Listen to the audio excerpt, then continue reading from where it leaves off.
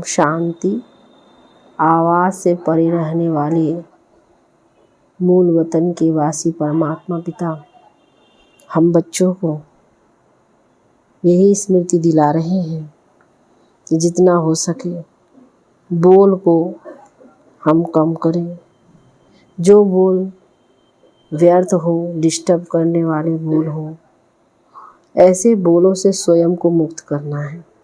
मतलब बोल को जितना हो सके कम यूज़ करें, इकोनॉमी करें हम, क्योंकि जिस दुनिया में हम बच्चों को जाना है वो सितारों की दुनिया,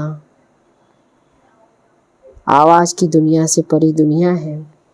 तो अभी से हमारा यह प्रैक्टिस बना रहेगा तो हम सहज रूप से वहाँ पर जा सकेंगे।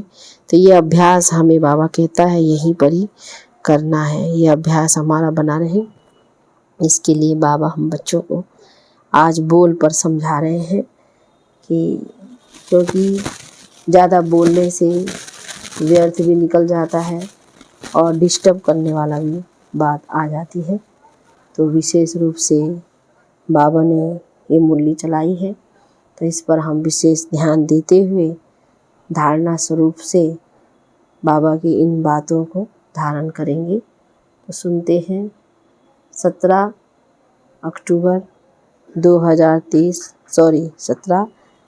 सितंबर 2023 बाप दादा के साकार महावाक्यों में जो रिवाइज है 13-12-95। सार है आज का, व्यर्थ बोल, डिस्टर्ब करने वाले बोल से स्वयं को मुक्त कर बोल की इकोनॉमी करो। आज बाप दादा चारों ओर की आत्माओं को आप सभी के साथ देख रहे हैं। चारों ओर के बच्चे आकार रूप से बाप दादा के सामने हैं। डबल सभा आकारी, बाबा ने कहा डबल सभा है, साकारी और आकारी दोनों कितनी बड़ी सभा है। बाप दादा दोनों सभा के बच्चों को देख हर्षित हो रहे हैं, क्योंकि बाप दादा हर बच्चे को विशेष 2 रूपों से देख रहे हैं। एक, हर एक बच्चा इस सर्व मनुष्य आत्माओं के पूर्वज सारे वृक्ष का फाउंडेशन है, क्योंकि जड़ से सारा वृक्ष निकलता है। और दूसरे रूप में पूर्वज बड़ों को भी कहते हैं। तो सृष्टि के आदि में आप आत्माओं का ही पाठ है, इसलिए बड़े ते बड़े हो, इस कारण सर्व आत्माओं के पूर्वज हो। साथ साथ ऊंचे ते ऊंचे बाप की पहली रचना आप ब्राह्मण आत्माएं हो। तो जैसे ऊंचे ते ऊंचा भगवान है, वैसे बड़े ते बड़े पूर्वज आप हो। इतने सारे पूर्वज बच्चों को देख बाप हर्षित होते हैं। आप भी हर्षित होते हो कि हम पूर्वज हैं, उसी निश्चय और नशे में रहते हो। तो बाप दादा आज पूर्वजों की सभा देख रहे हैं। आप सभी जो भी बाप के बच्चे हो, माया से बचे हुए हो। बच्चे का अर्थ ही है बाप का बनना, अर्थात बच्चे बनना। तो माया से बचे हुए आपके बच्चे बनते हैं। आप सभी माया से बचे हुए हो ना, कि कभी चक्कर में आ जाते हो।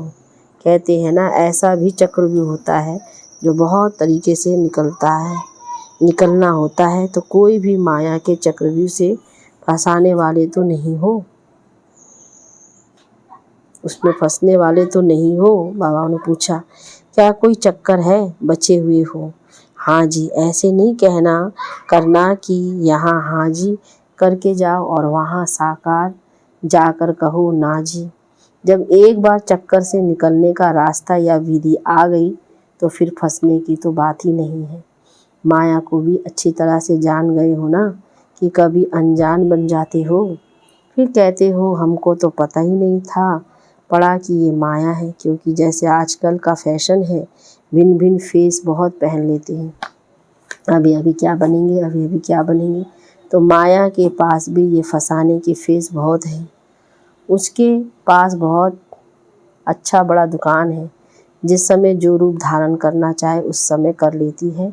और अगर जाने अनजाने फंस गए तो निकलने में बहुत टाइम लगता है। और संगम का 1 सेकंड व्यर्थ जाना अर्थात 1 वर्ष गंवाना है, सेकंड नहीं। आप सोचो संगम युग कितना छोटा है। अभी तो डायमंड जुबली मना रहे हो और इस थोड़े से समय से जो बनना है, जो जमा करना है, वो अभी बन सकते हैं। तो बाप दादा देख रहे थे कि बनने का समय कितना थोड़ा है और बनते हो सारा कल। तो कहाँ 5,000 और कहाँ अभी 60 वर्ष, चलो आगे कितना भी समय होगा, लेकिन हज़ारों की गिनती में तो नहीं होगा ना। तो इस थोड़े से समय में राज्य अधिकारी बनने का, रॉयल फैमिली में आने के लिए क्या करना होगा? वैसे संख्या के हिसाब से सतयुग में विश्व का तख्त सभी को मिल भी नहीं सकता। मानो पहले लक्ष्मी नारायण तो तख्त पर बैठेंगे, लेकिन जो पहले लक्ष्मी नारायण को रॉयल फैमिली है, उनको भी इतना ही सभी द्वारा स्नेह और सम्मान मिलता है। तो अगर पहली राजधानी के रॉयल फैमिली में भी आते हैं तो वो पहला नंबर है। चाहे बड़े तख्त पर नहीं बैठते, लेकिन प्रारब्ध नंबर 1 के हिसाब से ही है। नहीं तो आप सभी लोगों को तिरता तक भी तख्त थोड़ी मिलेगा। लेकिन विश्व राज्य अधिकारी का लक्ष्य सभी का है ना, कि वहाँ भी एक स्टेज के राजा बन जाएंगे। तो पहले नंबर के रॉयल फैमिली में आना, यह भी श्रेष्ठ पुरुषार्थ है। कोई को तख्त मिलता है और किसको रॉयल फैमिली मिलती है, इसके भी गूढ़े रहस्य हैं। जो सदा संगम पर बाप के दिल तख्त नसीन स्वतः और सदा रहता है, कभी कभी नहीं। जो सदा आदि से अंत तक स्वप्न मात्र भी, संकल्प मात्र भी, पवित्रता के व्रत में सदा रहा है, स्वप्न तक भी अपवित्रता को टच नहीं किया है, ऐसी श्रेष्ठ आत्माएं तख्त नसीन हो सकती हैं। जिसने चारों ही सब्जेक्ट में अच्छे मार्क्स यानी नंबर लिए हैं, आदि से अंत तक अच्छे नंबर से पास हुए हैं, उसी को ही पास विद ऑनर बाबा ने कहा जाता है। बीच बीच में मार्क्स कम हुई है, फिर मेकअप किया है, मेकअप वाला नहीं, लेकिन या आदि से चारों ही सब्जेक्ट में बाप के दिल पसंद है, वो तख्त ले सकता है। साथ साथ जो ब्राह्मण संसार में सर्व के प्यारे, सर्व के सहयोगी रहे हैं, ब्राह्मण परिवार हर एक दिल से सम्मान करता है, ऐसा सम्मानधारी तख्त नसीन बन सकते हैं। अगर इन बातों में किसी न किसी में कमी है तो वो नंबरवार रॉयल फैमिली में आ सकता है, चाहे पहली में आवे, चाहे 8वीं में आवे, चाहे तिरता में आए। तो अगर तख्त नसीन बनना है तो इन सभी बातों को चेक करो। अगर सेवा में 100 मार्क्स जमा है, धारणा में 25% में, तो क्या होगा? वो अधिकारी बनेगा। कई बच्चे और सब्जेक्ट में आगे चले जाते हैं, लेकिन प्रैक्टिकल धारणा में जैसा समय है वैसा अपने को बाबा कहते हैं मोल्ड करना, वो है रियल गोल्ड। कहाँ कहाँ माया बच्चों से भी होशियार हो जाती है, वो फट से समय प्रमाण स्वरूप धारण कर लेती है। और बच्चे क्या कहते हैं, बाप के पास तो सबकी बातें आती है ना, मानो एक रॉन्ग है और दूसरा राइट है। ऐसे भी होता है कि दोनों तरफ की कोई ना कोई कमी होती है, लेकिन मानो आप बिल्कुल ही अपने को राइट समझते हो और दूसरा बिल्कुल ही रॉन्ग है, तो आप राइट हो और वो रॉन्ग है। फिर भी जैसा समय, जैसा वायुमंडल देखा जाता है, वैसे अपने को ही चाहे सामना पड़ता है, चाहे मिटाना पड़ता है, चाहे किनारा करना पड़ता है। लेकिन बच्चे क्या कहते हैं कि क्या हर बात में हर समय हमको ही मरना है क्या? मरने के लिए हम हैं और मौज मनाने के लिए ये है, सदा ही मरना है। ये मरना तो बहुत मुश्किल है। तो मरजीवा तो बन गए, वो तो सहज है। ब्रह्मा कुमार ब्रह्मा कुमारी बन गए, ये भी तो मरजीवा बने ना। ये मरना तो बहुत सहज हो गया, मर गए, ब्रह्मा कुमारी बन गए, लेकिन ये बार बार का मरना ये बहुत मुश्किल है ना। छोटियाँ कहती हैं कि हमको ही ज़्यादा मरना पड़ता है, और बड़े कहते हैं कि हमको ही ज़्यादा सुनना पड़ता है। तो आपको सहन करना पड़ता, उन्हीं को सुनना पड़ता। तो मरना किसको है? कौन मरे? एक मरे, दोनों मरे, दोनों ही मर गए तो बात खत्म, खेल खत्म। तो मरना आता है या थोड़ा मुश्किल लगता है, थोड़ा सांस हाँफता है, मुश्किल सांस निकलता है, तकलीफ होती है। उस समय जब कहते हो कि हमें ही मरना है, हमें ही बदलना है, क्या मेरी ही जिम्मेवारी है बदलने की? दूसरे को भी तो है। आधा आधा वोट लो, तुम इतना मरो, मैं इतना मरूं। बाप दादा को तो उस समय रहना भी बहुत आता है, लेकिन ये मरना मरना नहीं है। रहम भी तो बाबा को आता है, ये मरना सदा के लिए जीना है। लोग कहते हैं ना कि बिना मरे स्वर्ग नहीं मिलेगा, तो उस मरने से तो स्वर्ग मिलता नहीं, लेकिन इस मरने से स्वर्ग का अधिकार जरूर मिलेगा। इसलिए ये मरना अर्थात स्वर्ग का अधिकारी बनना। डर जाते हो ना, मरना पड़ेगा, सहन करना पड़ेगा, तो छोटी बात बड़ी हो जाती है। आप सोचो कोई भी डाकू या चोर है, लेकिन आपको डर बैठ गया कि डाकू है, नहीं भी है, चोर है, तो भय से क्या होता है? भय से या तो हार्ट नीचे ऊपर होगा या ब्लड प्रेशर नीचे ऊपर होगा, डर से होता है ना। तो डर जाते हो। मरना बड़ी बात नहीं है, लेकिन आपका डर बड़ी बात बना देता है। फिर कहते हो पता नहीं हमको क्या होता है, पता नहीं। लेकिन जैसे हिम्मत से मर्जीवा बनने से भय नहीं किया, खुशी खुशी से किया, ऐसे खुशी खुशी से परिवर्तन करना है। मरना सब नहीं है, लेकिन आपने मरना मरना शब्द कह दिया है, इसीलिए डर जाते हैं। वास्तव में ये मरना नहीं है, लेकिन अपने धारणा की सब्जेक्ट में नंबर लेना है। सहन करने में घबराओ मत। क्यों घबराते हो? क्योंकि समझते हो कि झूठी बात में हम सहन क्यों करें। लेकिन सहन करने की आज्ञा किसने दी है? झूठ बोलने बाबा कहता है झूठ बोलने वाले ने दी है। कई बच्चे सहन करते भी हैं, लेकिन मजबूरी से सहन करना और मोहब्बत में सहन करना, इसमें अंतर है। बात के कारण सहन नहीं करते हो, लेकिन बाप की आज्ञा है तो सहनशील बनो। तो बाप की आज्ञा मानते हो तो परमात्मा की आज्ञा मानना, ये खुशी की बात है ना कि मजबूरी है। तो कई बार सहन करते भी हो, लेकिन थोड़ा मिक्स होता है, मोहब्बत भी होती है, मजबूरी भी होती है। सहन कर ही रहे हो तो क्यों नहीं खुशी से ही करो, मजबूरी से क्यों करो। वो व्यक्ति सामने आता है ना तो मजबूरी लगती है, और बाप सामने आवे कि बाप की आज्ञा पालन कर रहे हो तो मोहब्बत लगेगी, मजबूरी नहीं।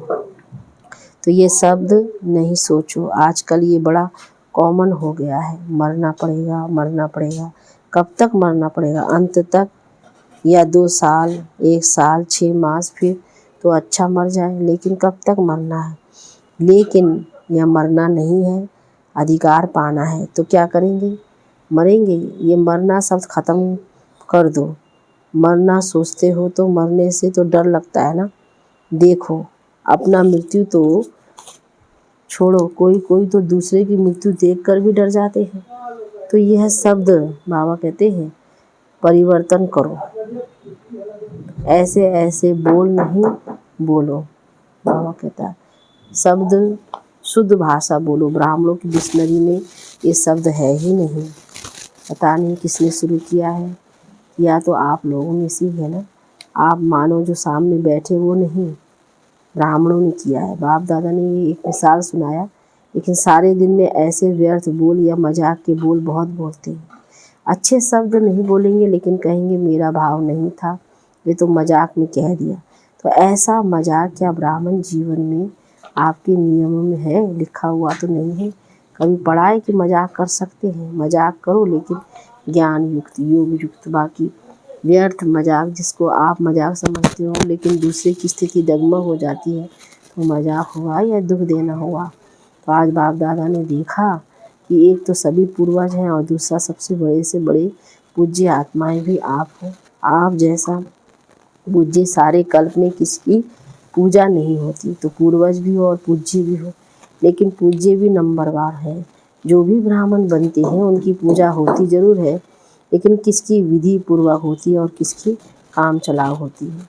तो जो ब्राह्मण यहाँ भी योग में बैठते, लेकिन काम चलाओ, कुछ नींद किया, कुछ योग किया, कुछ व्यर्थ सोचा और कुछ शुभ सोचा, तो ये काम चलाव हुआ ना। सफ़ेद बत्ती जल गई, काम पूरा हो गया।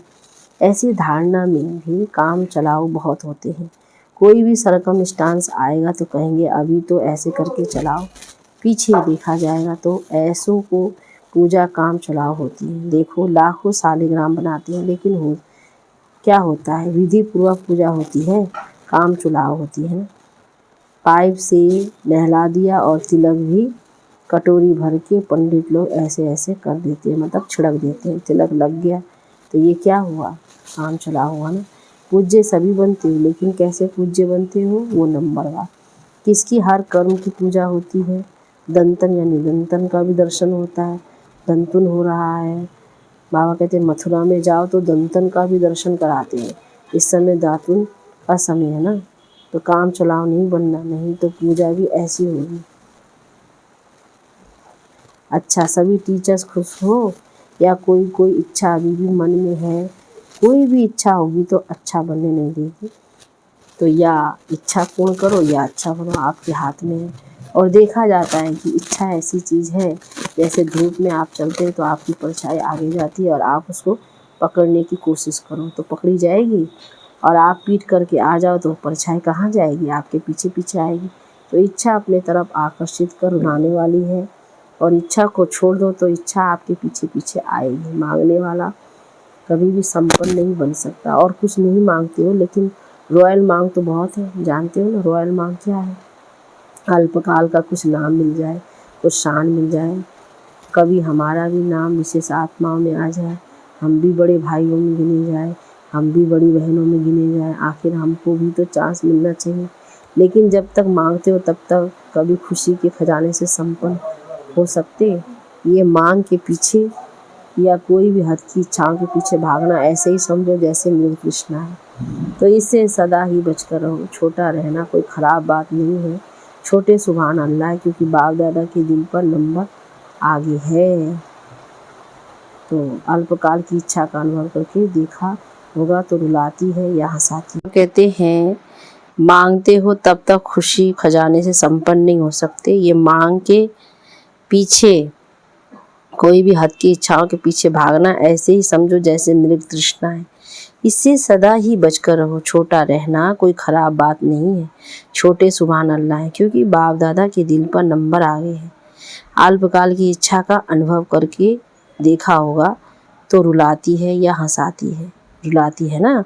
तो रावण की आज्ञा है रुलाओ, आप तो बाप के हो ना, तो बाप हंसाने वाला है या रुलाने वाला है?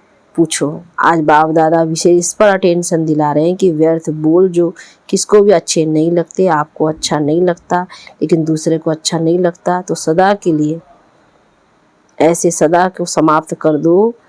ऐसे सारे दिन में अगर बाप दादा अपने पास बच्चों के शब्द नोट करें तो काफ़ी फाइल बन सकती है। ये अपशब्द, व्यर्थ शब्द, जोर से बोलना, ये जोर से बोलना भी वास्तव में अनेकों को डिस्टर्ब करना है। ये नहीं बोलो मेरा तो आवाज़ ही बड़ा है, माया जीत बन सकते हो और आवाज़ जीत नहीं बन सकते। तो ऐसे किसी को भी डिस्टर्ब करने वाले बोल और व्यर्थ बोल नहीं बोलो। बात होती है दो शब्दों की, लेकिन आधा घंटा उस बात को बुलाते रहेंगे, बोलते रहेंगे। तो ये लंबा बोल बोलते हो तो चारों शब्द में काम हो सकता है। बाबा कहते जो 4 शब्दों में काम हो सकता है वो 15 शब्द में नहीं बोलो। आप लोगों का स्लोगन है कम बोलो धीरे बोलो, तो जो कहते हैं ना हमारा आवाज़ बड़ा बहुत बड़ा है, हम चाहते नहीं लेकिन आवाज़ ही बड़ा है, तो वो गले में एक स्लोगन लगा के डालने में होता क्या है, आप लोग तो अपनी धुन में जोर से बोल रहे हो, लेकिन आने जाने वाले सुन करके ये नहीं समझते कि इसका आवाज़ बड़ा है, वो समझते पता नहीं झगड़ा हो रहा है। तो यह भी डिससर्विस हुई। इसीलिए आज का पाठ दे रहे हैं व्यर्थ बोल या किसी को भी डिस्टर्ब करने वाले बोल से अपने को मुक्त करो, व्यर्थ बोल मुक्त। फिर देखो अव्यक्त फरिश्ता बनने में आपको बहुत मदद मिलेगी। बोल बोल बोल बोलते ही रहते हो। अगर बाप दादा टेप भरकर आपको सुनाए ना तो आपको भी हंसी आएगी ना। तो क्या पाठ पक्का किया है, बोल की इकोनॉमी करो, अपने बोल की वैल्यू रखो। जैसे महात्माओं को कहते हैं ना सत्य वचन महाराज, तो आपके बोल सदा सत्य वचन अर्थात कोई ना कोई प्राप्ति कराने वाले वचन हो। किसको चलते फिरते हंसी में कह देते हो ये तो पागल है, ये तो बेसमझ है, ऐसे कई शब्द बाप दादा भी भूल गए हैं लेकिन सुनते हैं। तो ब्राह्मणों के मुख से ऐसे शब्द निकलना ये मानो आप सत्य वचन महाराज वाले किसी को भी श्राप देते हो। इसको श्रापित नहीं करो, सुख दो। युक्ति युक्त बोल बोलो और काम का बोलो, व्यर्थ नहीं बोलो। तो जब बोलना शुरू करते हो तो 1 घंटे में चेक करो कितने बोल व्यर्थ हुए, कितने बाबा कहते हैं शुभ वचन हुए। आपको अपने बोल की वैल्यू का पता नहीं, तो बोल की वैल्यू समझो। अब शब्द नहीं बोलो, शुभ शब्द बोलो, क्योंकि अभी लास्ट समय पास है और आदि का मास डायमंड जुबली है। तो सारा साल डायमंड बनेंगे या 6 मास बनेंगे, सारा साल बनेंगे ना। इसलिए बाप दादा डायमंड जुबली के पहले बच्चों को विशेष अटेंशन दिला रहे हैं। बाप दादा चारों ओर के दृश्य को देखते रहते हैं, सारा दिन यही देखते रहते हैं। सेकंड में सब देख सकते हैं। तो पाठ पक्का किया, मुक्त बनना है, या थोड़ा थोड़ा युक्त और थोड़ा थोड़ा मुक्त। हर एक अपने को देखो। ये नहीं शुरू करना कि बाबा ने वाणी चलाई फिर भी बोल रहा है, दूसरे को नहीं देखना, अपने को देखो। मैंने बाप की श्रीमत का कितना अपनाया। अभी तो एक दो को देखते ये कर रहा है, वो कर रहा है, लेकिन जब अधिकार मिलने में वो नीचे पद में आ जाएगा तो उस समय आप साथ देंगे, उस समय देखेंगे, उस समय नहीं देखेंगे। फिर कभी क्या देखते हो। बाबा कहते अच्छा सभी मुक्त बनेंगे ना। सभी को पाठ याद है ना। कौन सा पाठ? व्यर्थ बोल मुक्त याद है, भूल तो नहीं गया है। अच्छा, चारों ओर के पूर्वज आत्माओं को सदा इस निश्चय और नशे में रहने वाली श्रेष्ठ आत्माओं को सदा बाप की श्रीमत प्रमाण हर कर्म करने वाले कर्मयोगी आत्माओं को सदा दृढ़ संकल्प से बाप के हर कदम में कदम रखने वाले फॉलो फादर बच्चों को बहुत बहुत याद प्यार और नमस्ते। डबल विदेशियों को डबल नमस्ते। अच्छा, मीठे मीठे सिकिलदे बच्चों प्रति माता पिता बाप का याद प्यार और गुड मॉर्निंग। रूहानी बाप की रूहानी बच्चों को नमस्ते बाबा नमस्ते। वरदान में लौकिक को अलौकिक में परिवर्तन कर घर को मंदिर बनाने वाले आकर्षण मूर्त भाव प्रवृत्ति में रहते घर के वायुमंडल को ऐसा बनाओ जिसमें कोई भी लौकिकता ना हो। कोई भी आए तो अनुभव करे कि ये अलौकिक है, लौकिक नहीं। ये साधारण घर नहीं लेकिन मंदिर है। यह है पवित्र प्रवृत्ति वालों की सेवा का प्रत्यक्ष स्वरूप। स्थान भी सेवा करे, वायुमंडल भी सेवा करे। जैसे मंदिर का वायुमंडल सबको आकर्षित करता है, ऐसे आपके घर से पवित्रता की खुशबू आए तो यह खुशबू स्वतः चारों ओर फैलेगी और सबको आकर्षित करेगी। स्लोगन में मन बुद्धि को दृढ़ता से एकाग्र कर कमजोरियों को भस्म कर दो, तब कहेंगे सच्चे योगी। सूचना है आज अंतर्राष्ट्रीय योग दिवस, तीसरा रविवार है। 6:30 से 7:30 बजे तक सभी भाई बहन योग में अभ्यास में मैं अनुभव करे कि मुझ आत्मा द्वारा पवित्रता की किरणें निकलकर सारे विश्व को पावन बना रही है। मैं मास्टर पतित पावनी आत्मा हूँ। ओम शांति, ओम शांति, ओम शांति।